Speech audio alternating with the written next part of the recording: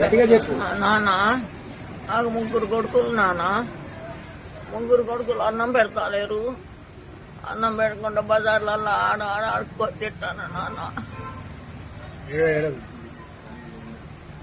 ఇప్పుడు బుట్టెడు పువ్వు పెడతారని పైకి నాన్న. పేర్లు నరకమ్మ. మీ పెద్ద కొడుకు పేరేంటి? సీను. నడిపాయన పేరు? నడిపాయన పేరు రాజేష్. చిన్నోడు కృష్ణ. ఎన్ని ఎకరాల భూమి ఉండే నీకు? 2, 3. 3 ఎకరాల భూమి ఉండే. 3. ఉన్న ఇల్లు కూడా కొలగొట్టారా? కొట్టుకున్నాడు. డబ్బులు ఇస్తే భాస్కర్ గారికి అమ్ముకున్నాడు, పంచుకున్నాడు డబ్బులు. ఇప్పుడు ఏం కావాలా నేను? బో పెడతాలేదు నాన్న. ఏడ తింటున్నావు మరి? అన్నం పెట్టిన తింటాను, లేకుండా అడిగారు తప్పు చెక్క పడుకుంటారు. పడుకోవడం ఎక్కడ పడుకుంటున్నావు మరి? ఇల్లు లేదు కదా? గద్దెల మీద పండుకుంటాను.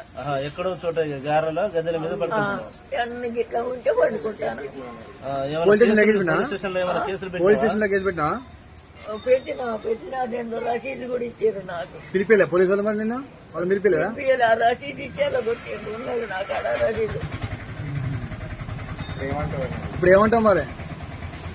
ఏమంటావు అంటే నాకు ఇక్కడ నేను ఈ వానాకాలం వచ్చేసరి కాలం ఏడబడినని కొడుక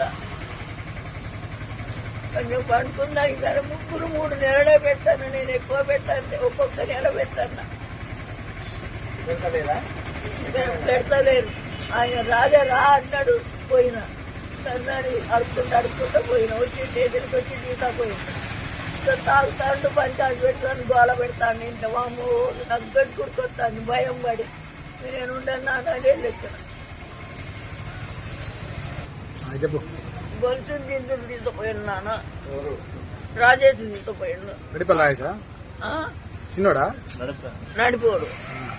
అయితే వాళ్ళకి ఎరకైతే అన్ని వాళ్ళకి ఇస్తారో నీకు ఎవడు పెడతాడో అంటారు.